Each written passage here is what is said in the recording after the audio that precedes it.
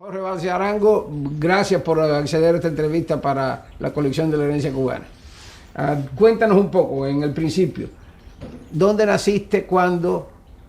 ¿Cómo era Nací en Marianao hace por supuesto muchos años, 1933. Viví siempre en La Habana. ¿Cómo era la familia? Mi padre, inmigrante español, dedicado al comercio siempre. Mi madre, cubana, había sido profesora de música. ¿Cómo fue la infancia de este niño? Tan idiota como la de casi todos. Damos un salto en la historia porque la fecha es importante para todos los cubanos. 10 de marzo de 1952. Eras un joven estudiante. Sí. Cuéntanos. Estudiante de filosofía. Me enteré a las 6 de la mañana. Fui a la universidad. Había que hacer algo. Es el grito de la raza, que hay que hacer algo. Y a las 6 de la tarde estaba entrando en la estación de policía, en la que estaba ahí cerca de la compañía de electricidad, a patada limpia, tratando de forzar una huelga general a ver si se paraba el golpe. ¿Cuáles fueron las consecuencias de aquello para ti? Las consecuencias... De aquello de ponerte frente al golpe de Estado. Bueno, es algo así como el pasaporte de entrada, ¿no? Ajá. O sea, a partir de ese momento no hay la vida está dedicada a un compromiso nacional. Pero ¿por qué en tu caso ese compromiso arrancaba, digamos, de simpatía o militancia en el Partido Auténtico o era un concepto Bueno, yo creo que hay una cosa, muchos no aceptamos el golpe, yo creo que Cuba está padeciendo una serie de cosas a consecuencia de eso, ¿no? O sea, la interrupción del ritmo institucional trajo un proceso revolucionario, bélico, y por último, desembocar en lo que tenemos actualmente. ¿Cómo se va desarrollando eso? ¿Cuál es tu participación Primeramente, en la lucha contra Batista? Primeramente en la universidad. Ajá. Y en los primeros pasos es contactando los partidos del Partido Ortodoxo, íbamos a Casa de Gramonte a cada rato, el contacto con la AAA, que fue verdaderamente la primera organización que activamente organizó la lucha. Aureliano Sánchez Arango. Con Aureliano, sí. Y estos fueron los... tus relaciones, tu participación en el directorio revolucionario estudiantil. En el 55 fuimos fundadores del directorio con otros más.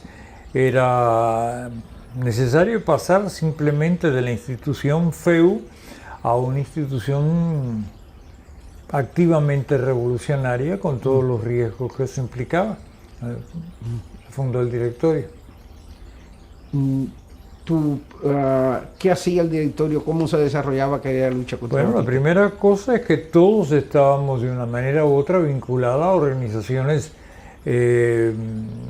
insurreccionales. Ajá. Por ejemplo, José Antonio estaba muy cerca de la Triple. Yo estaba cerca de prácticamente de todas, tanto de la Triple como de Acción Revolucionaria Guitera. Bueno, lo que se intentó en aquel momento. Has mencionado a José Antonio Echeverría. Cuéntanos un poco de él. ¿Cómo era? ¿Cómo lo conociste? Él no es presidente. Cuando yo soy de la FEU, el presidente fue Álvaro Barba y después fue Quino Peláez. Con Quino Peláez yo fui segundo vice de filosofía y es por esa época. Bueno, yo recuerdo que estando yo preso fue Nino Arbezú, presidente de filosofía, con quien yo estaba muy ligado. Estando yo preso hay un cambio y ocupa la presidencia de la FEU José Antonio. José Antonio. ¿Cómo era él? 20 años. 20 años. O sea, alto, fuerte, eucólico, activo, no muy discursiador, no muy teorista, sino simplemente más dado a la acción. Yo creo que en los discursos insistía, si lo que hace falta es morir por la patria, estamos dispuestos a ello, y así fue. ¿Su línea política, si la tenía, era solo combate a Batista o había conceptos más definidos? No, era una cosa mucho más seria. Te digo, él venía de la AAA. La AAA era un movimiento calorizado sobre todo por Aureliano Sánchez Arango y era, diríamos, una corriente socialdemócrata. Yo creo que todos teníamos una versión más o menos de socialista democrática. Veníamos del partido auténtico, el partido ortodoxo era mucho más conservador, pero la trayectoria del país había sido sabia, ¿no? El trabajo en legislación social, en recuperación de los recursos, en la proyección internacional de Cuba durante los gobiernos auténticos había sido muy brillante y muy seria. Creo que todavía hay vestigio de eso. O sea que aún hoy, después de tantos años y tantas experiencias en lo cubano, ¿crees tú debe haber una valoración positiva de los gobiernos auténticos? Claro que sí. Los gobiernos auténticos representan en la historia de Cuba lo más serio que tuvimos en la República y en América, uno de los grandes pasos, porque los gobiernos auténticos no fueron exclusivamente nacionales, tuvieron un rol muy activo con respecto a la política de Guatemala, de Venezuela, de Santo Domingo, hasta de Panamá. Recuerdo que era la época en que estaba también cercano el peronismo. Ahora el mundo auténtico definió categorías muy serias en el trabajo en América. ¿Había incidencias en República Dominicana también? Sí, como no, por eso te digo, en Santo Domingo, en Venezuela, en Guatemala, mucho, algo en Panamá. Por ejemplo, la política mexicana resonaba en México constantemente. Lo que era noticia en Cuba era primera plana en México. Había una correlación muy importante.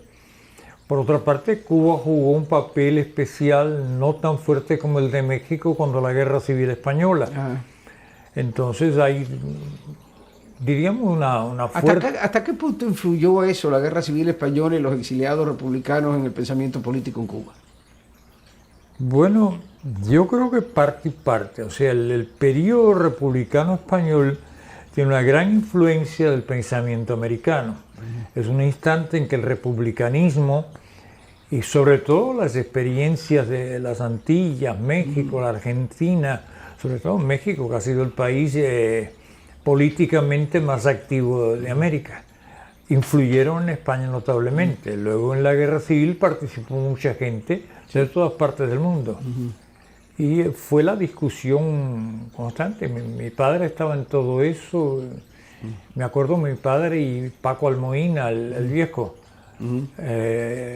Tú conoces a Paquito, seguramente. Andaban juntos en todo el rollo ese de la República Española, el Círculo Republicano Español. Y fue sobre todo, quién sabe, lo más interesante, un renacimiento cultural. O sea, el proceso de la República Española, los años 33 en Cuba, la Revolución Mexicana, la Argentina, tuvieron en América el efecto de una gran revolución cultural. Es el momento de... Hay categorías que emergen, por ejemplo, el derecho social, ¿no? El concepto de autonomía universitaria, el rol de la universidad en la vida pública y otra cosa así, el concepto de socialismo. Regresando al autenticismo, ¿conociste, no sé hasta qué punto llegó tu amistad, pero es muy interesante, a Carlos Prío Socarrás, una de las figuras que sin duda se discute? Querido y admirado. Cuéntame. Una de las personas que yo ¿Cómo era el recuerdo- presidente cordial? ¿Le venía bien el La apelativo palabra, ese? por supuesto, claro que Sí. sí. Lo terrible y magnífico de Carlos Prío es que Carlos Prío no hacía distinción de personas ni tenía distinto diálogo. Era un hombre abierto, honrado, sincero, con una capacidad de expresar su propio sentimiento. Con Prío o se tenía confianza o no se tenía confianza. Pero yo creo que una de las personalidades políticas más humanas que conocía. Yo conocí a Grau, que era formidable, Ajá. una gente de extraordinaria inteligencia y de una habilidad dialéctica extraordinaria. Por otra parte, una experiencia estupenda. Alguien ha dicho que Grau fue el presidente, quizás el hombre que mejor conoció a sus compatriotas, a los cubanos. Es posible, ¿Es posible? es posible, es posible. Grau era una real personalidad. Y Y verdaderamente enamoraba. O sea, yo tenía un primo que era asiduo a casa de Grau y por él fui yo a verlo. Entonces yo había oído hablar de Grau. Entonces me encontré una personalidad muy rica, una capacidad de conversación, de discusión. Yo creo que una de las cosas maravillosas entre los cubanos es que la contradicción no nos estorba. O sea, uno puede decir lo contrario y el otro asumirlo. Eso era muy grave. O sea, tú podías decir exactamente lo contrario y bueno, vamos a conversar de esto. en cuanto a Y Prío, al cabo de la edad, yo puedo decir que Grau ha sido uno de los estadistas más sagaces, más inteligentes que han pasado en América. Prío era más emocional, más en el emocional hablar, que más Grau. emotivo, pero no menos honrado, no menos abierto, no menos espontáneo. En cuanto a Prío, algunos juzgando la historia o tratando de juzgarla o entenderla han dicho que, bueno, quizás si Prío hubiera resistido más enérgicamente el golpe de Batista el 10 de marzo, hubiera cambiado la historia. Otras tesis que andan por ahí incluso han dicho, bueno, es que quizás prefería que sucediera el golpe de Estado antes que los ortodoxos tomaran... No, eso es absurdo. No, eso es absurdo.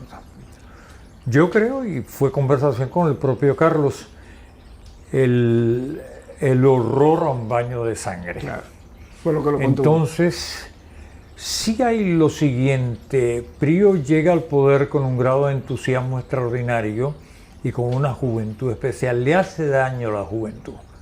O sea, un estadista en un país difícil. Cuba nunca ha sido una plaza cómoda para gobernar.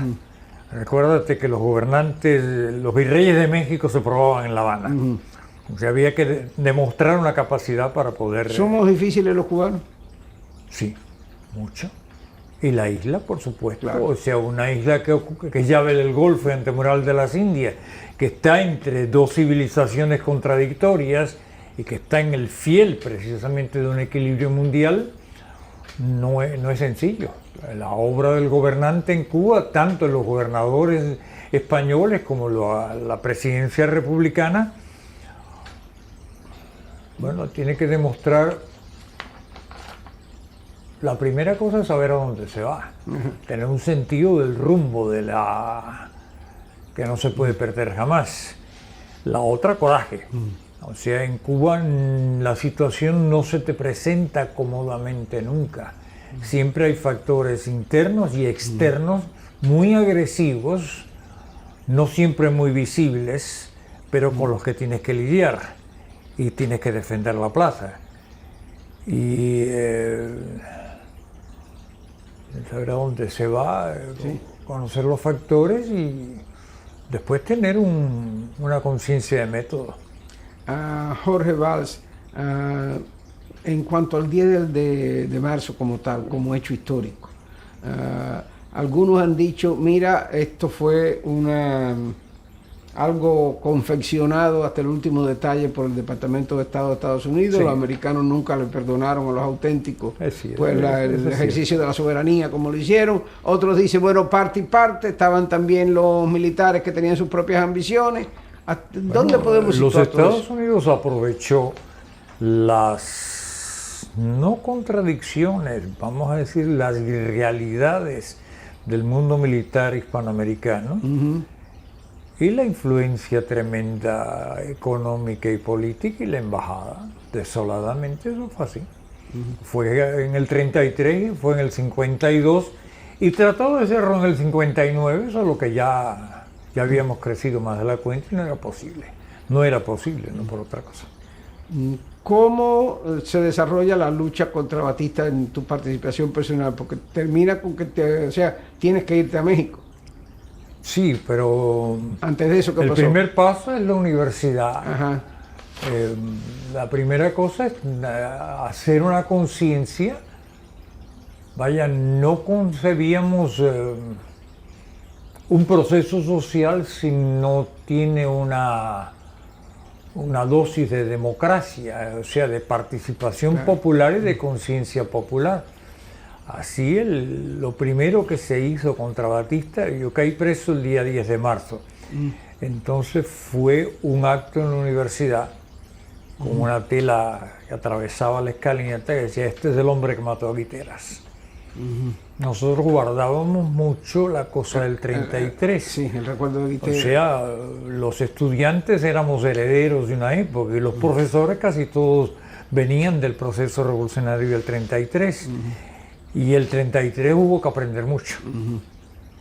O sea, se movieron las distintas fuerzas mundiales y nos tocó, como nos tocó después, perder. Claro. Ahora, por supuesto, el papel de la embajada fue determinante en el 34 y en el 52. Estoy diciendo el 34 o el 33 no es exactamente así. Ahora el segundo golpe, el del 16 de enero, sí es típicamente ya la embajada, ya es liquidar el gobierno revolucionario. El gobierno de los 100 días. Sí, el gobierno se establece el 4 de septiembre y el 14, 16 de enero es la presidencia de Evia y después ya viene el dominio Batista embajada. Sí. ¿Vas para México? ¿Cuándo vas para México y por qué directamente? No, yo voy a México Yo sé que voy a un programa de radio, entonces hago unas declaraciones, la cosa se complica y tengo que ir a México exiliado. Este es el primer periodo que yo voy a México. ¿Ya para entonces tú tenías alguna referencia sobre Fidel Castro? Sí, yo lo conocía de la universidad. Ajá. ¿Tenías ya alguna valoración, algún juicio sobre su personalidad? Sí, no me interesaba. Fidel es el aventurerismo y en mucho la irresponsabilidad.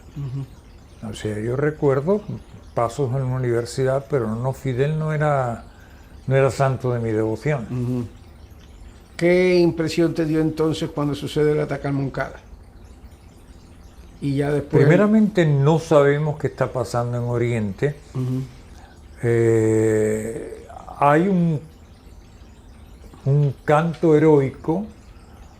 Recuerdo que una expresión mía en aquel momento es que era glorioso morir por la patria, pero muy riesgoso llevar hombres a morir por la patria.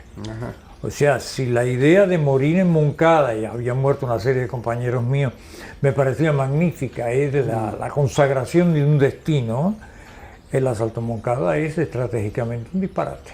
Aparte de un disparate, Fidel sabía de lo que se estaba preparando en La Habana y había un intento de trabajo en Varadero.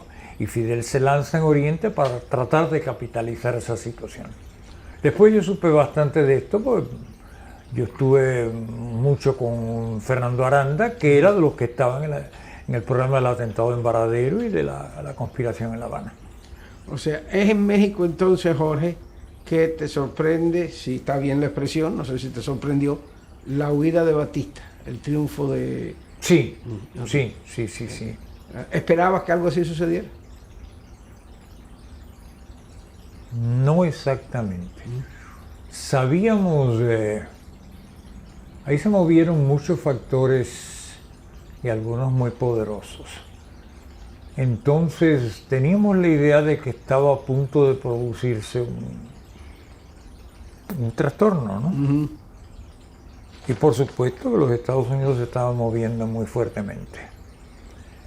La huida de Batista es una de las tantas irresponsabilidades. Batista nunca tuvo el sentido del actor que sabe abandonar la escena, ¿no? Esa mándate a correr, lo que deja el país en cuero. Es lo que pasa, ¿no? O sea, la salida vertiginosa de Batista facilita el trastorno emocional y el descenso de Fidel de la Sierra.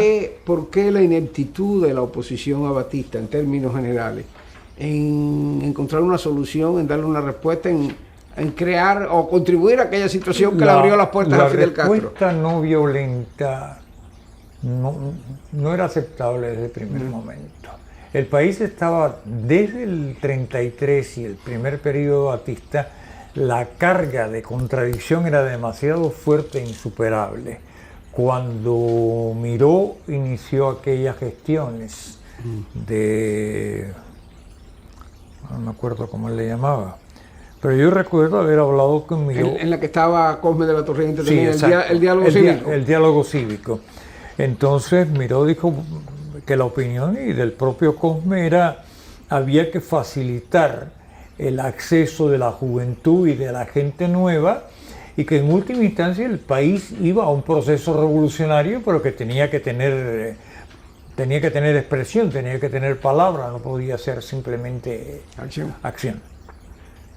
Entonces, en el primer acto, la persona fue el acto de la plazoleta de Luz o la de los desamparados, una cosa así. Algo de eso. Invitaron a Aida Pelayo. Aida Pelayo venía de la acción revolucionaria, de origen guitarrista, y el discurso de ella sonó en muchos lugares. Esto es una voz distinta, esto.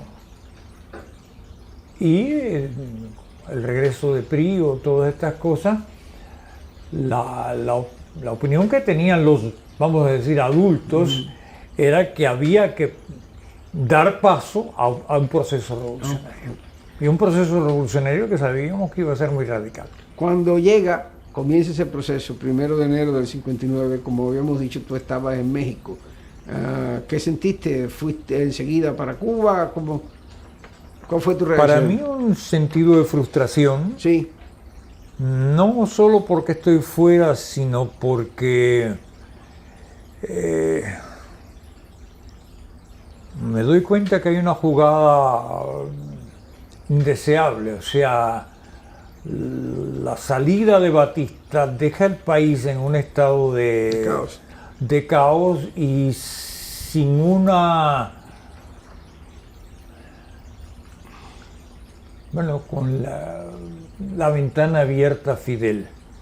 Y Fidel era lo menos confiable porque Fidel es una emoción en todo momento. Es el caudillo y el sígueme que yo te llevo. Pero la idea del cómo, hacia dónde, por qué, nunca fue claro en Fidel. Entonces yo lo veo como un riesgo, que lo que viene es más difícil que lo que ha pasado. Sin embargo, personalidades fuertes, como el propio Prío, por ejemplo, parecían entusiasmados o por lo menos apoyando. Sí, vamos a decir, buena parte de la gente apoyó el nuevo gobierno. Yo creo que hay un efecto de halo, se dice en psicología, por la carga emocional del caudillo, la simpatía. O sea, esto que se llamaba o que se ha descrito como la borrachera del pueblo cubano con Fidel Castro en aquel momento, influenciaba también a los más pensantes, a la clase dirigente. Para algunos de nosotros, por mí yo había tenido relaciones muy interesantes con gente que había vivido la Alemania nazi, desde profesores hasta compañeros y amigos. Y ha habido, si algo es muy parecido es entre Hitler y Fidel. En esta cosa de una población que a ciegas se entrega a un caudillo, los signos mágicos, ¿no? En Hitler todo el mundo veía designios del destino y lo otro, más allá, y con Fidel pasa algo por el estilo. O sea, cuando se deja de ver al personaje como un sujeto político, sino como una entidad mágica, ¿no? Un aquello del famoso dibujo de Bohemia y el escrito de Cuchilán sobre... No, aquello fue repugnante. Repugnante, el dibujito aquel de Fidel con cara de Cristo, el juego de la medallita, no. Porque conocíamos la pieza. ¿Qué pasa contigo, Jorge? Tú tenías tu credenciales revolucionarias de la lucha contra Batista, triunfa Fidel Castro. ¿Cuándo regresas a Cuba entonces? Yo regreso el día, creo que es 16 de enero. ¿Cómo te impactó lo que encontraste? Mal. O sea, yo recuerdo, me van a buscar al aeropuerto y esa es una conversación con mi madre. Bueno, ¿por qué está todo el mundo celebrando tanto si lo que viene ahora es peor? ¿Tú crees? Yo lo creo así también. Y para la gente revolucionaria yo no nazco con Fidel. Claro. Yo vengo de un mundo revolucionario que ya ha tenido una experiencia. Aquello no era nada conveniente. La primera cosa es que buena parte de la gente revolucionaria va a ser liquidada. El último tiempo y el primer tiempo es, a cada rato hay un muerto y el muerto es un revolucionario, ¿no? Aquello mismo del primer encontronazo público de Fidel Castro ya en el poder con el directorio era un indicativo de aquello. Sí, pero yo te digo, donde más claro se vio esto fue en la CTC, en el mundo obrero, porque en el mundo obrero se había llevado a cabo una lucha, había gente muy comprometida y la llegada del 26 fue, se puede decir que peregrina. Entonces ya había habido una discrepancia anterior porque la tesis nuestra era que había que trabajar los problemas laborales y ponerlos en función revolucionaria, mientras que el 26 se había dicho que había que olvidarse de los problemas laborales, colaborar con Fidel Castro, que después se arreglaría.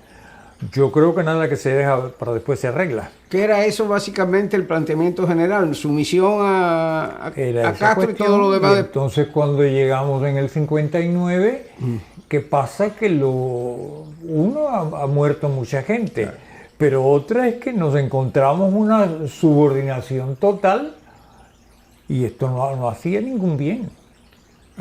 Empiezas a tener tropiezos tú personalmente. Sí, ¿qué pasa? A los poco tiempo yo me encuentro una noche que llegaron a casa a revisar los papeles míos de la policía. Y, los primeros tiempos no es tan... Igual que la época de Batista, los primeros tiempos no son tan graves, pero después se van poniendo peores. ¿Y qué excusa o qué razón te daban para querer ver tus papeles, por ejemplo? Nunca se dio ninguna excusa para nada. La pura fuerza. Yo fui preso, me registraron, me tuvieron tanto tiempo. Recuerdo un acto en La Habana, un congreso de filosofía y religiones. Yo estuve preso tantas horas y ni siquiera se me tomó el nombre. El que estaba en la estación era amigo mío y yo lo único que le hacía, pasaba por el lado mío, me saludó, bajó la cabeza. Todos sabíamos cómo eran las cosas. Lo malo era eso de que en el 59 todos sabíamos, porque no hubo nunca una recuperación de las libertades públicas, de la posibilidad de exponer, de organizarte, de actuar políticamente.